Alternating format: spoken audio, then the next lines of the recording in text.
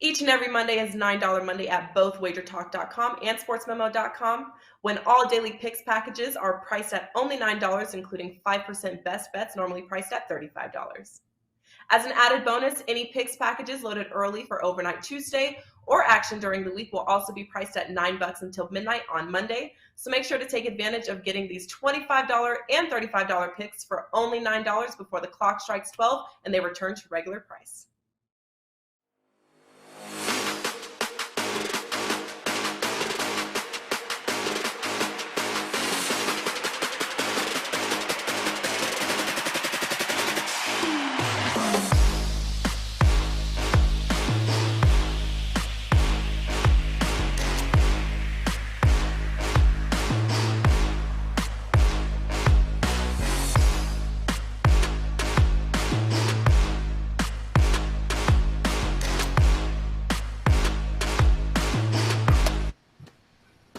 Hey guys, welcome in on a very happy, Monday to you now. The final Monday of November. Yeah, 2022. Woo, boy, where did it all go? We got college basketball on our minds here today. Got an abbreviated card, but we got 3 games here that we've pulled out. We're going to break down for you, see if we can find a couple of edges. And we're going to do it with 3 of the best cappers you will find over at WagerTalk and SportsMemo.com as we welcome in, oh, look at that, mid-major Matt sighting. It's Matt Joseph, SportsMemo.com here. Bryan Leonard, along with his brother from a different mother, Mr. Bryan Power, in the house. Gentlemen, always a pleasure to see you here. Mid-major Matt, SportsMemo.com, my man, what is going on? I know your favorite time of year right now, and then on a $9 Monday, do you have anything locked and loaded, best bet-wise, for $9? Yeah, we're going to give out our play, because this is kind of a crappy card today, so we're going to give it out on the show today. I got a couple of Monday Night Football props, and just getting set for another college football weekend as we head towards championship week. All right. I see your lips stop moving, so I'm going to guess you're done talking. I'm going to go to Bryan Power here. Bryan Power, welcome in, my man. Happy Monday to you. Another profitable weekend I'm seeing, and I know you got something locked and loaded on a $9 Monday for us. Yeah, Joe, it was a nice Sunday, 5-2 in the NFL. Wished it could have been 6-1, but the Packers came up a half point short. Terrible morning in the World Cup to start the week, so we're going to brush ourselves off. And we do have some stuff loaded here for tonight. I also have a player prop on tonight's Steelers-Colts game.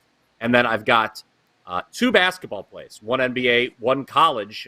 That combined package, of course, just $9.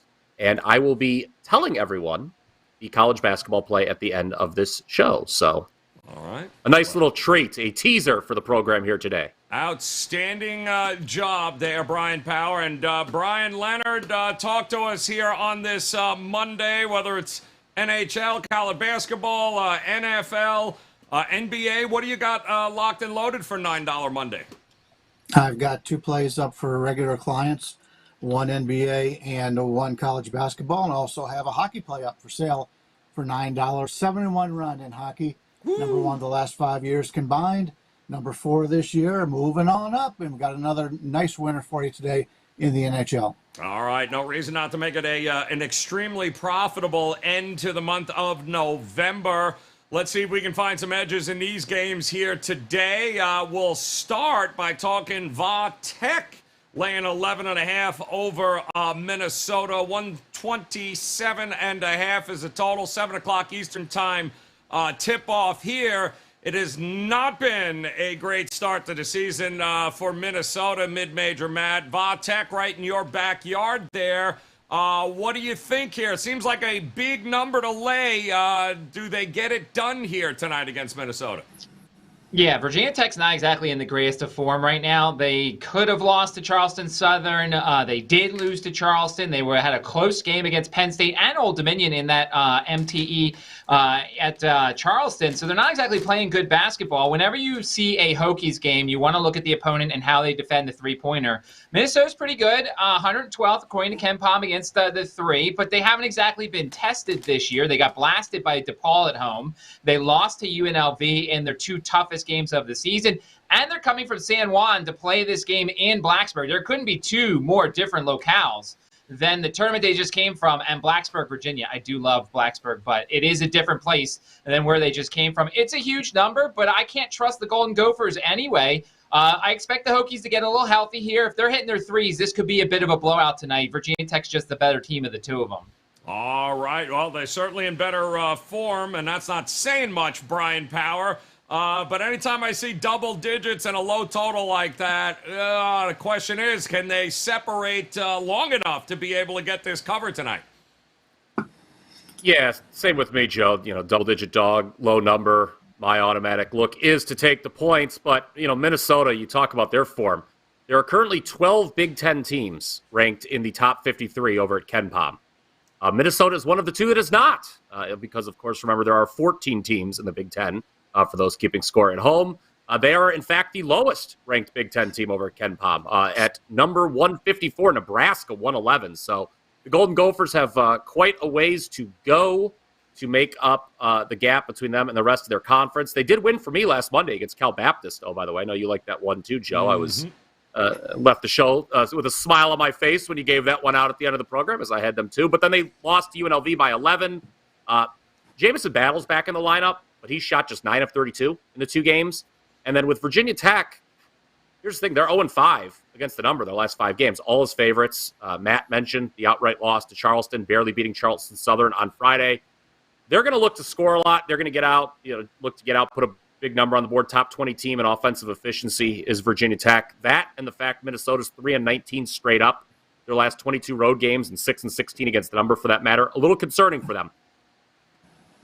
But this is not on my card, but I do think Minnesota can shorten this game, longer possessions, stay inside the number. They had a couple extra days to prepare as well. I know they're coming off the tournament in San Juan, and Battle's going to probably shoot better as well. So if you have to play this one, I would take the points, but it is not on my card. All right, would take the points here. I thought Minnesota's well rested at least. They've had some time to practice here. I don't think they played till before Thanksgiving there, Bryan Leonard. What do you think of their chances to stay within this number here tonight? Yeah, I have them. Last time they played was against UNLV on the 23rd, so it's been a few days for Minnesota. The problem with Minnesota is they're not very good defensively. They're 291st bad defense against three-point shooting, but I don't know if Virginia Tech could take advantage of that. The one thing we do look for here, slow tempo for Minnesota, 296 in the country. They're going to try to slow it down, and you already talked about the travel situation for Virginia Tech here. Virginia Tech's a team that, if you take a look at the three-point shooting, they're fine on catch-and-shoot threes, but off the dribble threes, they're 313th in frequency. So I don't know if they'll put up enough threes to take advantage of that Minnesota defense. Slow-paced game, you tend to look for the double-digit underdog here. It's not going to be my card, but I'm with the underdog here. I just think Virginia Tech's a very good team, but I can't see them being fully focused here, especially after losing 2 games back to Charleston, then to get Charleston Southern. Not a complete blowout, but they played better than what the final score indicated. But slight lean here with Minnesota, but I won't be touching it.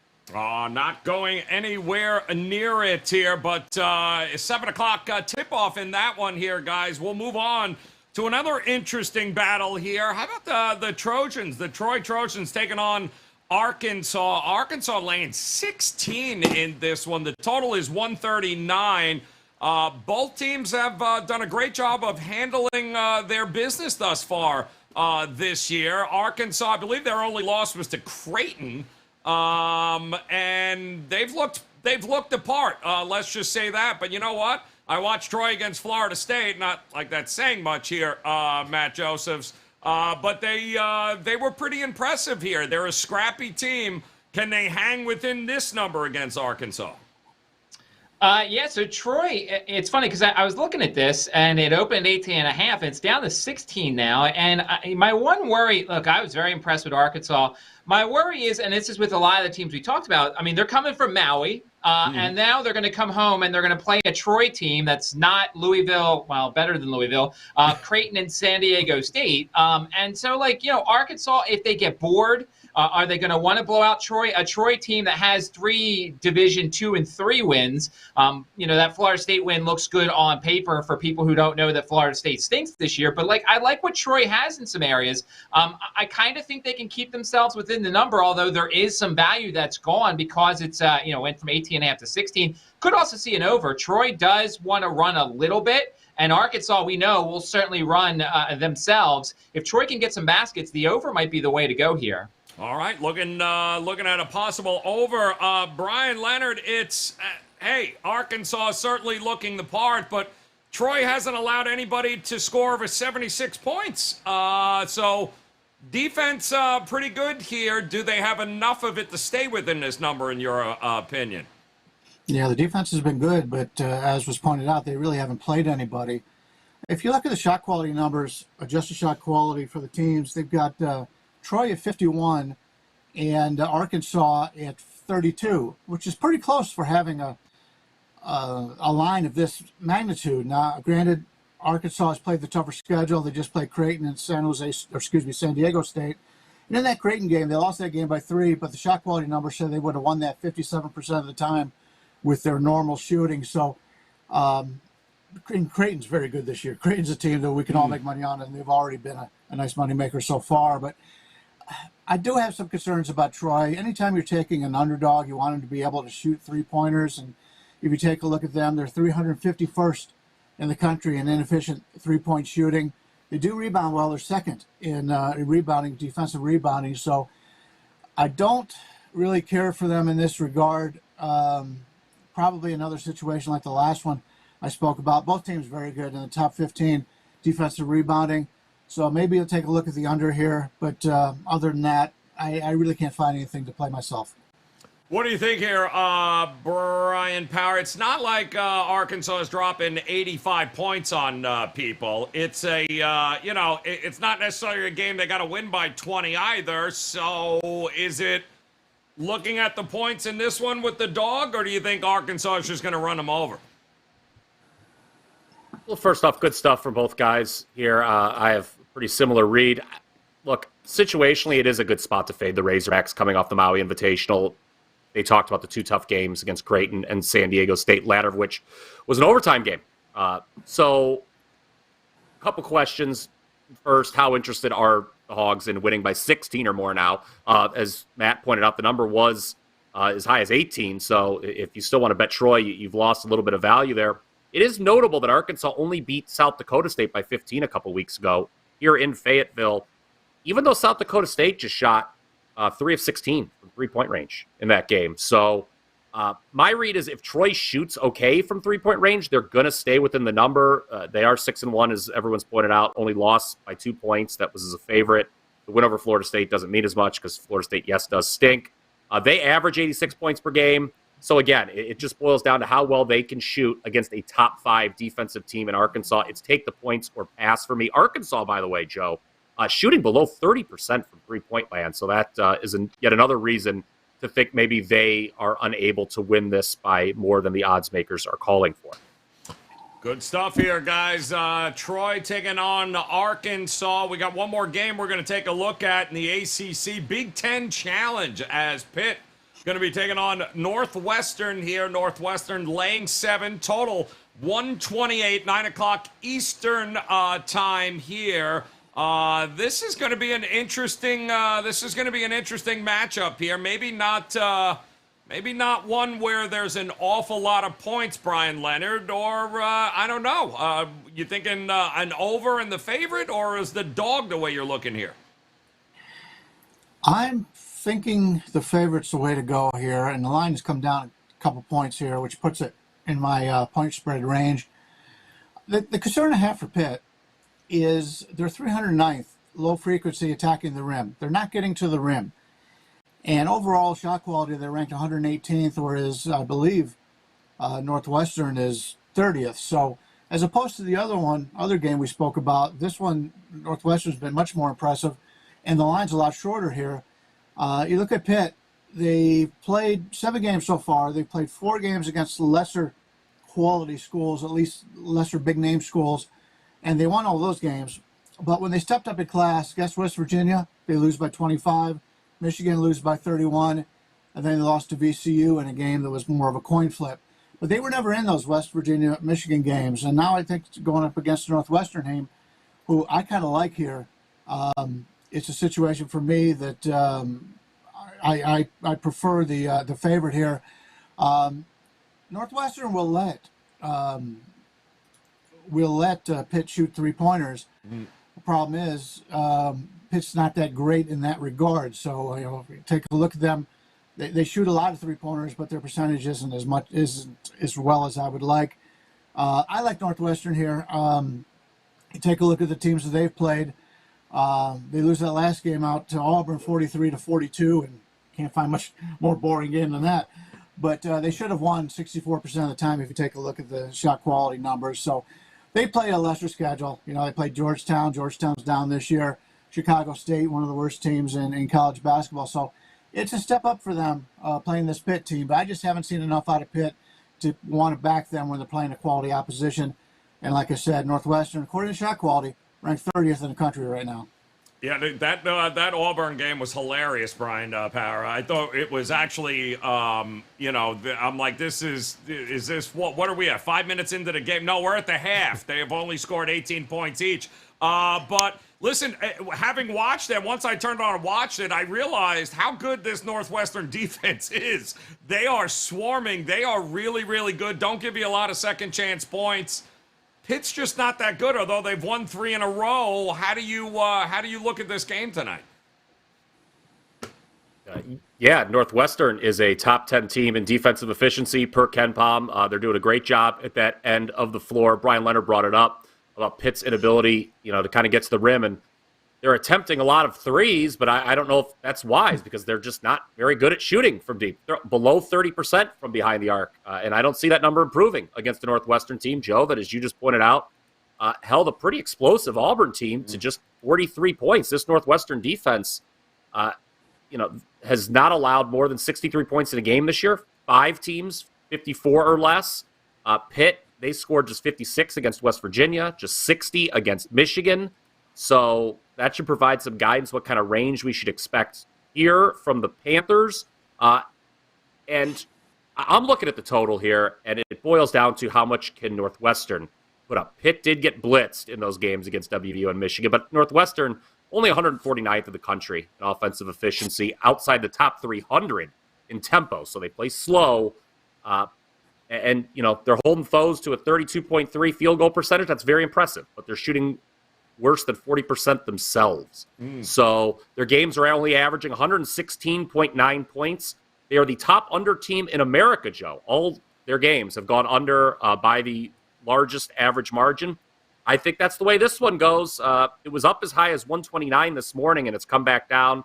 I would still say lean to the under at 128. All right, that's another low-scoring game. Yeah, no, I wouldn't shock me at all here. Mid-major Matt, sportsmemo.com. Tell me here, is it strictly an under spot for you with these two teams?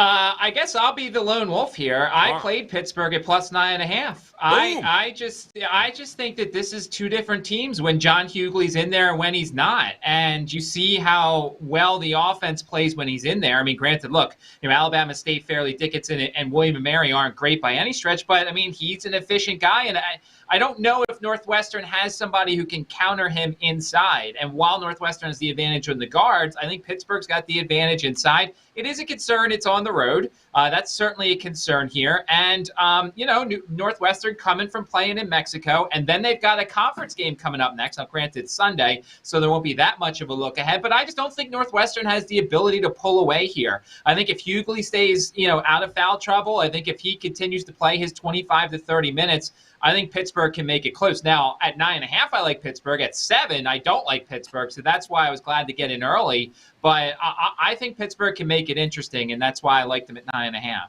All right, liking them at 9.5. Love it. Going the dog in this one here. 3 games, guys, in there. Now it is time to figure out if there is maybe a game on this card that is worthy of a best bet for the show. So, Bryan Power, kick us off here, man. Which one of these games did you circle for us here tonight? Well, I'm going off the board here, real down deep on the board with Incarnate Word and UTSA. Woo! We are looking to play the under on this game. The San Antonio shootout, as they're calling it, very differently for these two teams. Has gone very differently for these two teams. Incarnate Word, they've won twice as a dog. A real crazy win over Grambling yesterday. Forced 3 turnovers in the last 20 seconds to steal a win. They upset Dartmouth before that. Now UTSA, they lost outright to both those teams. So very different form coming in to this game. But with both teams playing in the second night of a back-to-back, it is reasonable to expect things to get off to a slow start. At least I think games like this, where you've got the situation, both teams playing the previous day, they go under 54% of the time over the last 10 years. Now, that's not a huge edge, but I think it's something worth noting, as is noting that UTSA had just 68 points in regulation yesterday after scoring just 55 the previous game. So yesterday did go into overtime for them. They had a game against Texas State, which I think is the blueprint here, Joe. Just 117 total points, only 66 total possessions. I think this is an ugly, awful game that probably no one will watch. I'm not proposing anyone watch it. Just take the under and check the score at about 9:30, and hopefully you've cashed. But that is a client play for me. You can still get the NBA play for $9 as well if you are so inclined over at wagertalk.com. Plus, both these teams ranked bottom 30 nationally in offensive efficiency. I'll throw that in as well. All right, love it here. Opportunities presenting themselves on a $9 Monday. Why? Well, best bets from all of these guys, just $9 over at wagertalk.com. And, of course, Mid-Major Matt, get him over at sportsmemo.com. Bryan Leonard, come on, tell us, in addition to this $9 NHL play you have going tonight, is there a best bet you got for us on the show? Yeah, we'll go back to the game we just spoke about. Matt talked about the value of the points. 9.5, great. 7, not so great. You've got to be able to know what your numbers are in order to place bets. And now we've got this down to 7. It's a buy signal for myself with Northwestern. Talked about Pitt with their three-point shooting. Their open three rate ranks 317th in the country. So they're not only not shooting threes very well, they're contested threes. And they continue to put those up.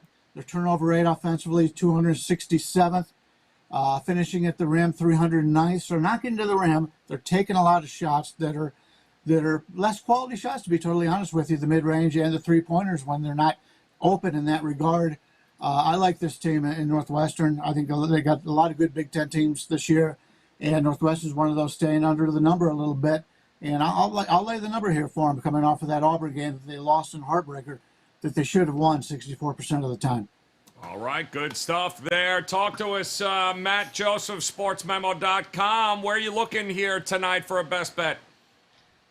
So obviously, I really didn't like a lot in this card because there's a lot of teams that fit in this situation of they're playing in more exotic locations and they're either coming home or going on the road, and that's kind of scary. But I had to come up with something. So I like this Tulane team, and this Tulane team, even though they're shorthanded, Jalen Cook's only played one game so far this year. They got some other guys. Jaden Coleman isn't 100%. But they play fast and they score a lot of points. And I'll take their team total over, which is 79.5. Now, look, they are coming off of playing in the Cayman Islands. They are coming home. But the key here is when I look at the old Ken Palm defensive numbers for Louisiana Monroe, I see a lot of red. Darker red and darker red. And that, for those who are not familiar, means they stink at it. So you look at what they've done. They give 87 points at Texas A&M, 95 at TCU, 79 at Louisiana Tech. They've also been on the road for quite a while, although they're coming from a little tournament in Florida, and they last played Saturday, so it's a quick turnaround here for Louisiana Monroe. I'm going to hope that Tulane runs the score up here on the Warhawks and take over 79.5 points for the Green Wave in this one. All right, going with the Green Wave there, and our friends over at the Gold Sheet, they got to play tonight as well. They're recommending, and if you haven't done so, head over to thegoldsheet.com, guys. Check it out. Great handicapping tools, great data information, and, of course, write-ups just like this available across the sports betting landscape over at goldsheet.com. And it's the Battle of Washington. Love this. How about Seattle taking on the U there, Washington, and I don't think they've ever beaten them either. So this is going to be right? I don't think they've ever beaten them. So this is a monster game, one in which the Gold Sheet is recommending Seattle getting it done for the first time. So love it there. Should be a good one. Seattle U, make sure you head over to goldsheet.com. Check out what they got going on. And tonight I got another game here, and I know Robert, our producer, is going to love this. I believe it is Sam Houston State is traveling out to Nevada to take on the University of Nevada there in Reno. And I got to tell you, this line keeps creeping up here a little bit. 2.5 to 3, 3.5 to 4. And I like Nevada to get it done here to be able to go ahead and bring Sam Houston State back down a little bit. This team loves to get to the free throw line, and I think ultimately that's how they're going to cover this game late. They are going to get to the free throw line. They're going to make those free throws late, and they're going to be able to get the cover here, laying 4. Give me Nevada to get it done here tonight against Sam Houston State. And once again, guys, best bets here. Bryan Leonard, Northwestern. He's laying 7 here tonight. They're the better team, period, over Pitt, while Bryan Power goes Incarnate Word. Man, is he digging. UTSA under 134.5. Like he said, it's a client's play, and it is absolutely disgusting. Don't watch it. Just cash the ticket. Matt Josephs likes Tulane, the Green Wave. He likes their team total to go up and over 79.5. I'm going to back Nevada to get it done, while the Gold Sheet is going with the dog. Seattle U +5 here over Washington. And once again, $9 Monday, guys, means best bets, $9 at wagertalk.com. That's where you can find the Bryan brothers, Bryan Power, Bryan Leonard, their best bets, $9 available. And if you head over to sportsmemo.com, it's Mid-Major Matt Josephs. Make sure you check it out, guys. Also, make sure you check out Mid-Major Matt Fridays here on Wager Talk TV, the Prop It Up Show. Always great information and winners being delivered there alongside Andy Lang and of course our good friend there, and he loves him if he shows up, Andrew McGinnis. All right, guys, don't forget here we've got NBA show a little bit later here today, but in the meantime, hit that like button. Make sure you subscribe, that bell in the upper right-hand corner, and download the brand new Wager Talk TV app when you get a chance on your favorite device, whether it be your tablet, your phone, or your smart TV. And make sure you come back and join us again tomorrow. Plenty more college basketball action, and we've got you covered. So on behalf of the Bryan brothers, both Bryan Power, Bryan Leonard, and Mid-Major Matt Josephs, we appreciate the time, guys. Best of luck with all your plays tonight. We'll talk to you again tomorrow. Good luck.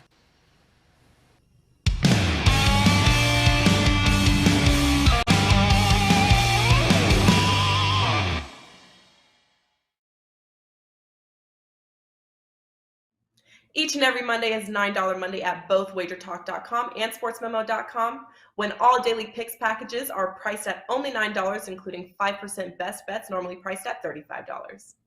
As an added bonus, any picks packages loaded early for Overnight Tuesday or action during the week will also be priced at $9 until midnight on Monday. So make sure to take advantage of getting these $25 and $35 picks for only $9 before the clock strikes 12 and they return to regular price.